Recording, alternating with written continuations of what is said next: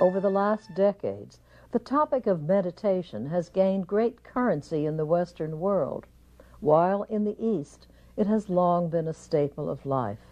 We've all seen paintings and statues of the Buddha and Bodhisattvas in deep meditation. There are countless systems, techniques, and methods practiced around the world.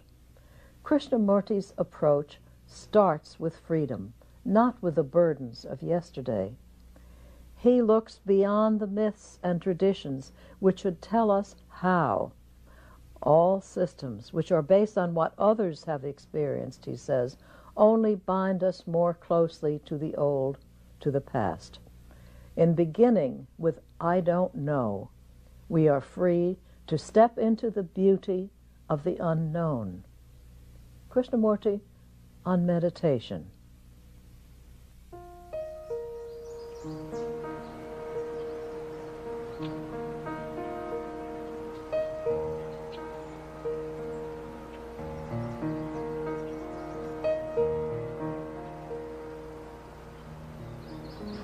So what is meditation?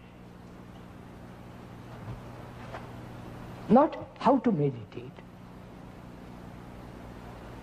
When you ask how, there's somebody to tell you what to do, right? If you don't ask how, and say, what is meditation?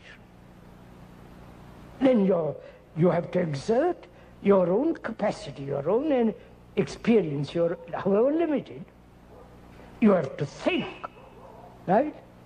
And say, well, tell me what meditation, I'll go off into some kind of silly dream.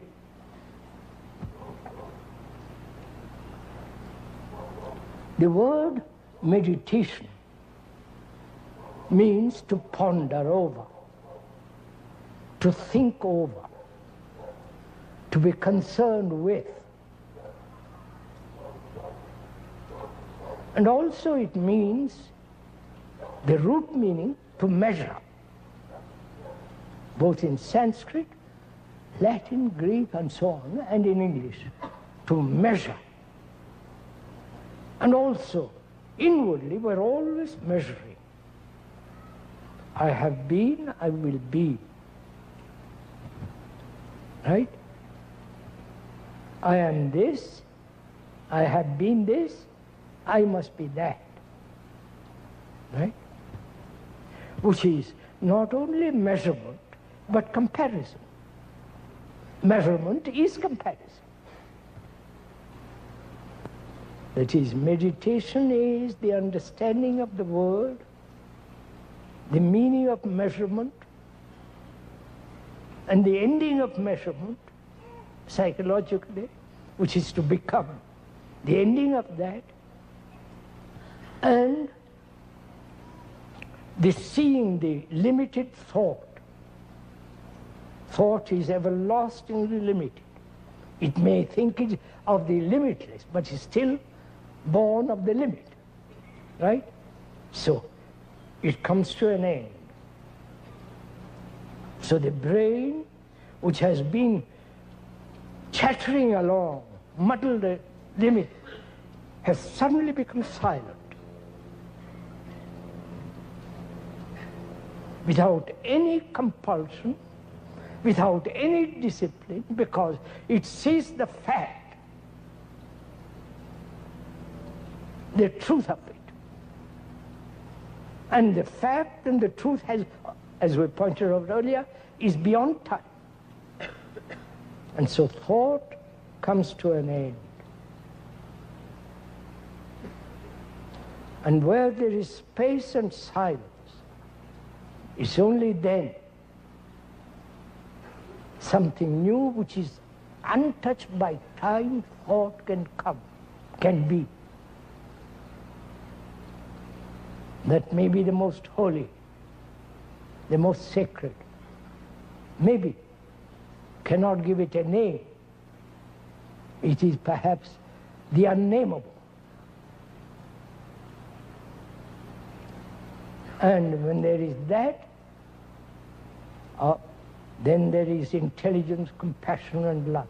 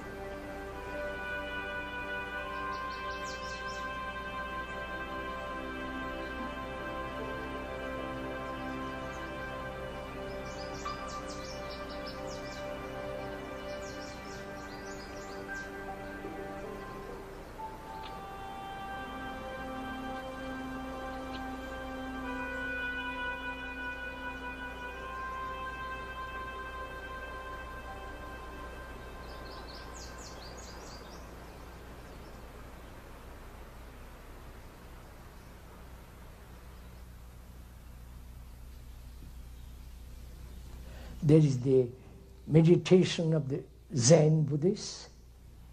Then there is the Buddhist meditation, right? Which is very complicated, I won't go to it. And there is the Hindu Buddhist meditation. Then some people from the Tibet have brought over their meditation. And the gurus invent their own meditation. Right. The word guru in Sanskrit means weight. Weight, heavy. And also that word has different meanings, which is one who helps to eradicate ignorance. You understand? Not the one who imposes his ignorance on others.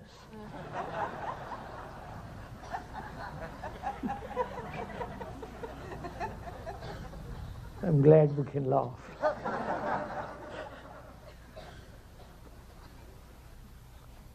To the speaker, all that is not meditation, because those are all the result of conniving, maneuvering,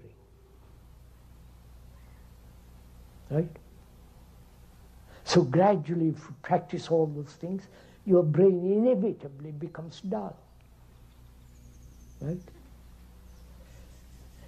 Conscious meditation is no meditation.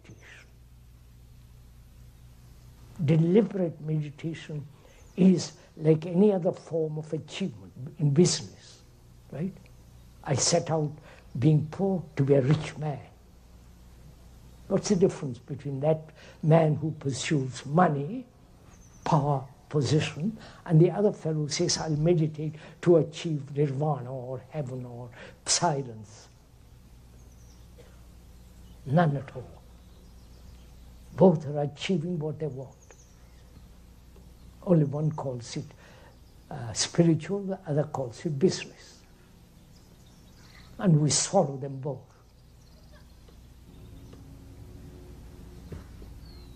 So, there is a meditation which is not conscious, deliberate. In that meditation there is utter stillness. It's not the stillness of thought. that stillness is not the product of thought. That's why it's very important to understand thought,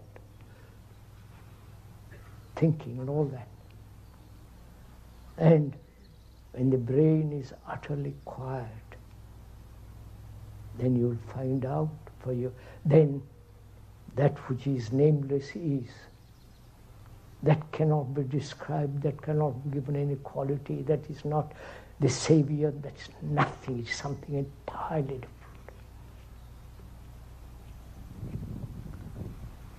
So there is that something that is beyond time, because all time has stopped.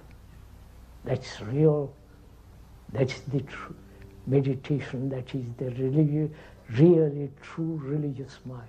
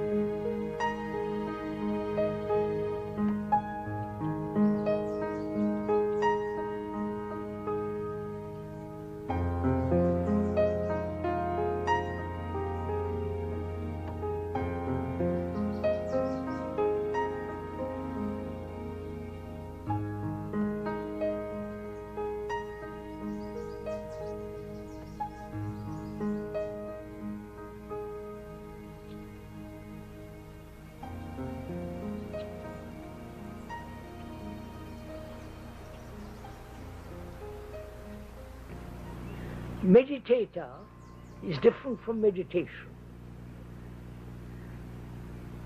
As long as there is a meditator, there is no meditation. So we are saying meditation implies total freedom from all comparison and measurement. And this is difficult.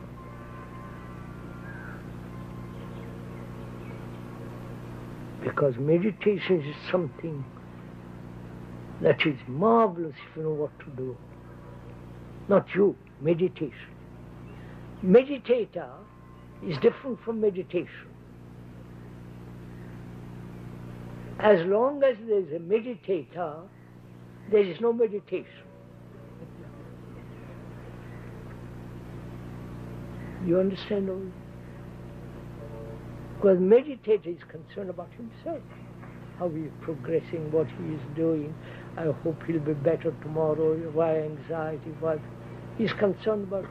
In meditation, there is no meditator at all. Once you see this for yourself, the beauty of it, the depth of it, the subtleness of it. So, he says, the practice of meditation is no meditation. Sitting on the banks and looking, making the mind more and more dull, and say, yes, I've spent an hour. Marvelous. And you prostrate to him. Touch his feet. By the way, please don't touch my feet. That's most undignified as a human being. You can hold my hand any amount you like, but not the feet of somebody else. It's inhuman, undignified. Right. So, meditation is something that cannot be practiced. As you practice a violin, a piano, in singing, you practice. That means you want to reach a certain level of perfection. And in meditation there is no level. Nothing to be achieved. Therefore, it is not a conscious, deliberate meditation. I wonder if you understand all this. There is a meditation which is totally undirected, totally, if I can use the word, unconscious. This is not a deliberate process. So we're asking, if space contains time, yesterday, tomorrow, and all the rest of it, it's not space. So, is there an end to time? Which means, is there an end to thought? So, which means, is there an end to knowledge? So, is there an end to experience? Which is total freedom. And this is meditation.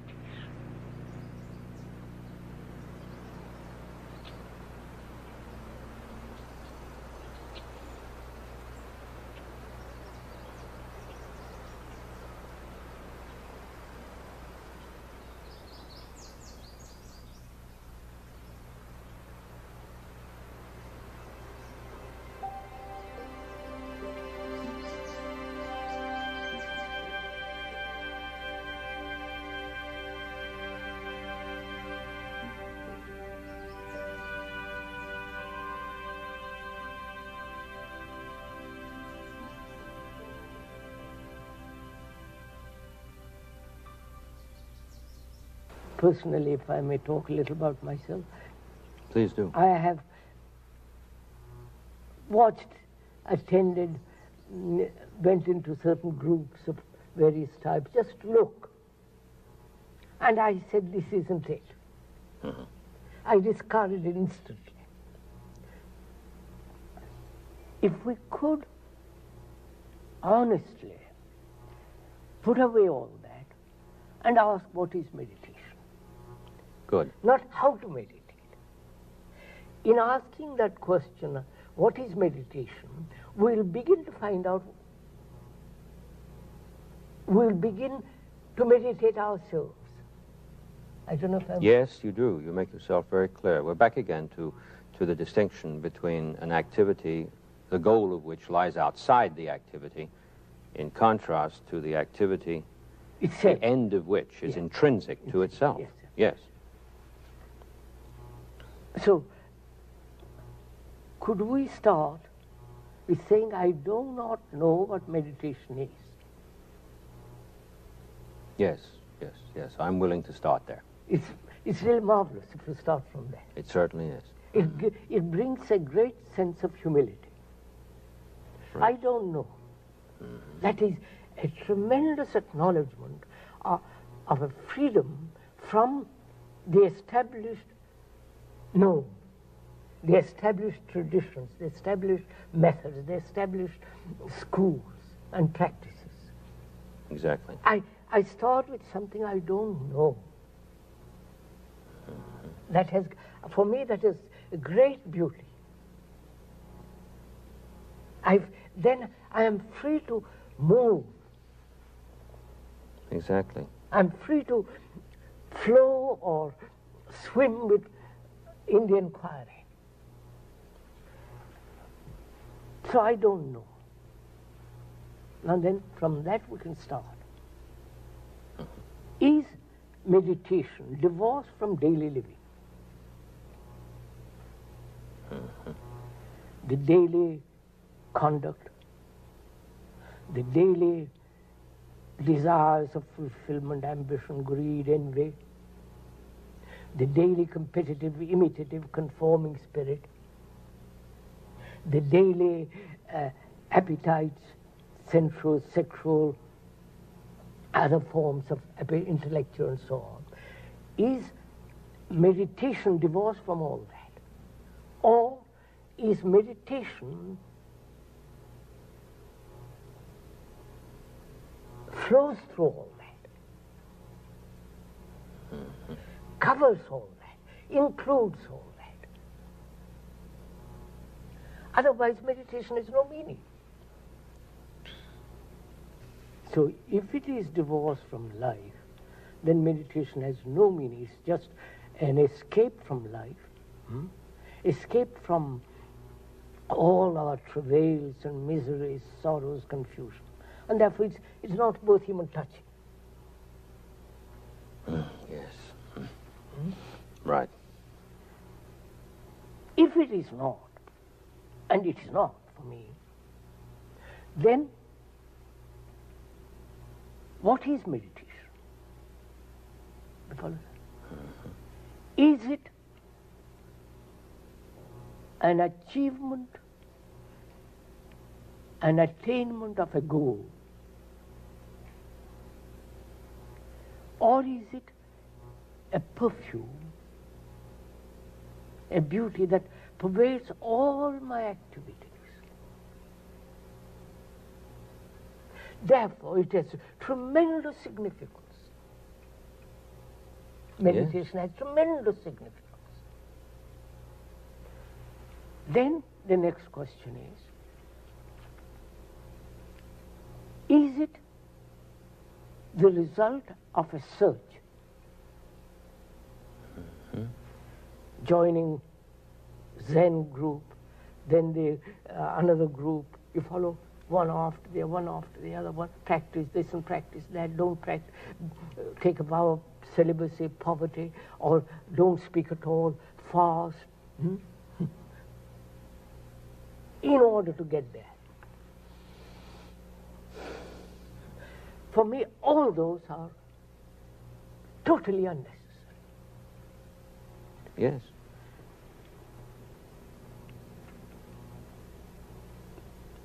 And meditation must be, or is, when you deny all this, systems, methods, gurus, authorities, becomes a religious question. Yes. Profoundly religious question. Profoundly religious. Oh, yes. Meditation covers the whole field of existence. Meditation implies freedom from the method, the system, because I don't know what meditation is. I start from that. Yes. Therefore, I start with freedom, not with their burden. That's marvelous. Start with freedom and not with their burden. This business of holding up fragmentation to us from that perspective is really nothing more than a species of journalism. Absolutely. Isn't it? Yes, of course, yes. Propaganda. Of course. So I discard all that. So I have no burden. Therefore, mind is free to inquire what is meditation.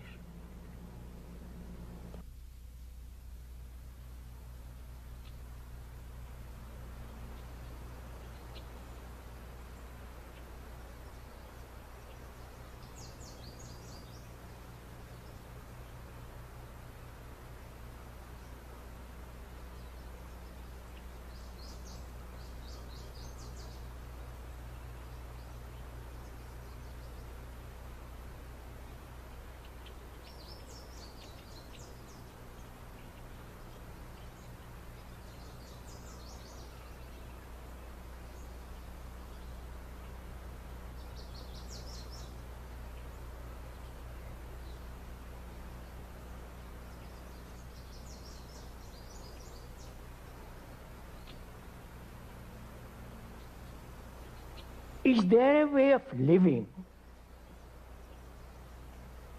our daily life in which there is no control? Right? As part of meditation. I wonder if you see a question one must ask oneself. Is there in daily existence a way of living in which every form of control doesn't exist at all? Religions, philosophy, your teachers, your family, mother, control. But we have never inquired into who is the controller.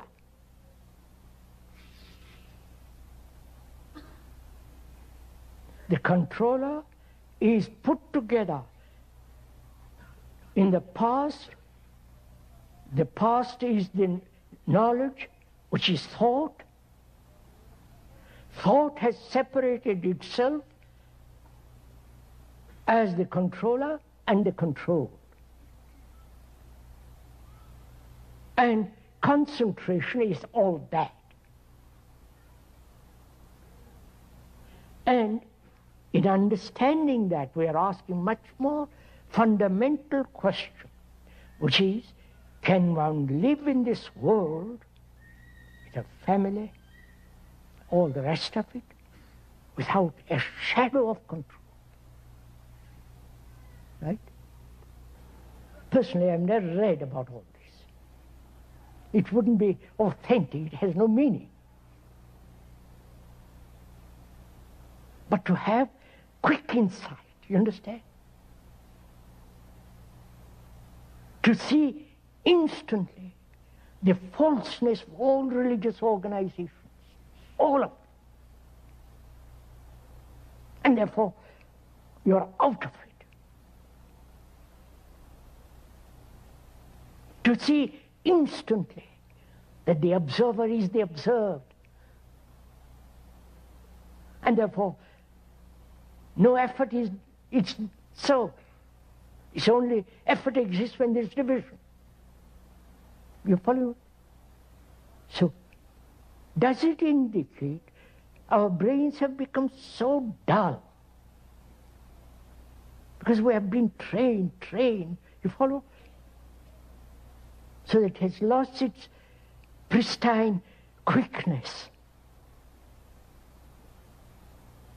Its capacity to see directly and then without all the explanations and words. But unfortunately, one has to go into this because our minds, our brains cannot grasp instantly, for example, that truth has no path. You understand? To see the immensity of that statement, the beauty of that statement, and put aside all paths. The Asiatic, the Western, the North, South, East, West. So that your brain becomes extraordinarily active.